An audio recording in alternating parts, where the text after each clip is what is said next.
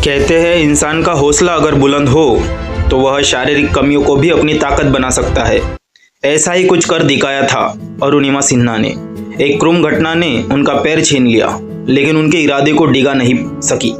महज 2 साल के अंदर उन्होंने न सिर्फ खुद को संभाला, बल्कि दुनिया की सबसे ऊंची चोटी माउंट एवरेस्ट पर तिरंगा फहराकर इतिहास रच दिया। 11 अप्रैल 2011 राष्ट्रीय स्तर की वॉलीबॉल खिलाड़ी अरुणिमा सिन्हा लखनऊ से दिल्ली जा रही थी। उन्हें केंद्रीय औद्योगिक सुरक्षा बल CISF में नौकरी पाने की उम्मीद थी और इसके लिए वह एक परीक्षा देने जा रही थी। पद्मावती एक्सप्रेस में सफर के दौरान कुछ बदमाशों ने उसके सोने की चेन और बैग छीनने की कोशिश की। अरुणिमा ने इसका डटकर विरोध किया, लेकिन बदमाशों ने उन्हें धक्का देकर चलती ट्रेन से नीचे फेंक दिया। नीचे गिरने के बाद वह बेहोश नहीं हुई, लेकिन चोट के कारण वह हिल नहीं पा रही थी। तभी दूसरी पटरी से आ रही ट्रेन उनके बाएं पैर के ऊपर से निकल गई। यह उन्हें जीवन का सबसे बुरा क्षण था। वह पूरी रात खून से लथपथ पटरी पर ही पड़ी रही और कहते हैं कि उनके ऊपर से उन 50 रेलगाड़ियां गुजरी। अगली सुबह स्थानीय लोगों ने उन्हें अस्पताल पहुंचाया, जहां जान बचाने के लिए डॉक्टरों ने उनका पैर तक काट डाला। दिल्ली के एम्स में 4 महीने का लंबा इंतजार चला। एक खिलाड़ी जो कभी मैदानों में दौड़ा करती थी, अब बिस्तर पर पड़ी थी। उनके पास एक कृत्रिम पैर लगाया गया।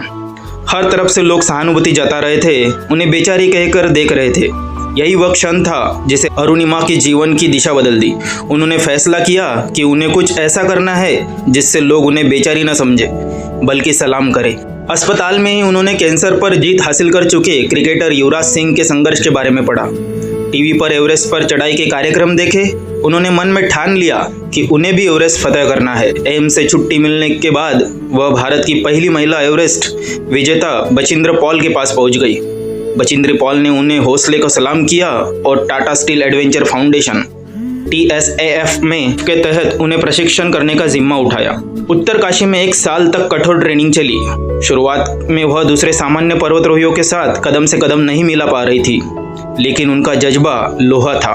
उन्होंने ठान लिया था कि वो उन्हें सबको पीछे छोड़ना है। फिर वो दिन आया। 21 मई 2013 की सुबह करीब 10:55 पर अरुणिमा सिन्हा ने दुनिया की सबसे ऊंची चोटी 8,848 मीटर पर तिरंगा लहरा दिया। वह ऐसा करने वाली दुनिया की पहली महिला अंगभंग पर्वतरोही बन गई। 52 दिनों की इस कठिन यात्रा में कई बार जान पर बनाई।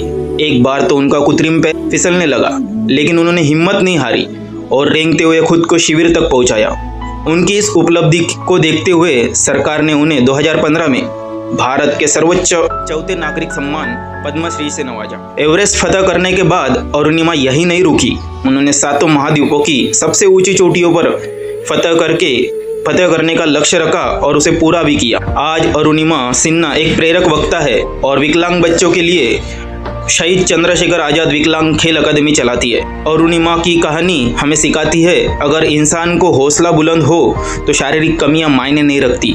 जिंदगी में मुश्किल हर किसी के सामने आती है, लेकिन उन मुश्किलों को पार करके ही मंजिल मिलती है।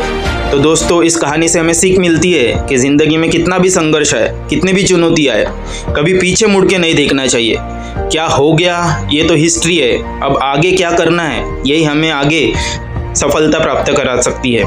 तो कभी भी पीछे मुड़ के मत देखे। जो भी हो चुका है उसे आप बदल सकते हैं। बस आगे देखिए, हौसला रखिए, संघर्ष कीजिए और अपने लक्ष्य को हासिल कीजिए। और जब तक सफलता नहीं मिलती, खुद से बोलना है पिक्चर अभी बाकी है मेरे दोस्त।